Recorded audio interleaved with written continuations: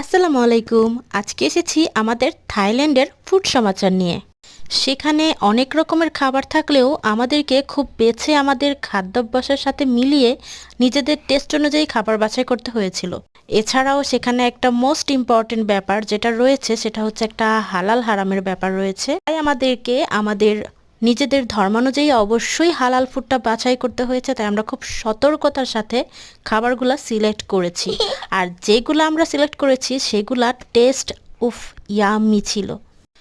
আমরা খাবার বাছাইয়ের আগে সেটার ইনগ্রিডিয়েন্টসগুলো ভালোভাবে দেখে নিয়েছি যাতে করে আমাদের কোনো প্রবলেম না হয়। এছাড়া আমরা 7-Eleven-এর উপর বেশি ভরসা করেছি কারণ সেটাই আমাদের জন্য রিলায়েবল ছিল খাদ্য হালালের জন্য। তো খাবারগুলো খুব ভালো ছিল আর আমরা ম্যাক্সিমাম খাবার ভিডিও করতে পারিনি কারণ আমরা খাবার নিয়েই জাস্ট খেয়ে শেষ করে তারপর মনে পড়তো ভিডিও করার কথা, তাই অল্প কিছু ভিডিও নিয়ে এসেছি আজকে।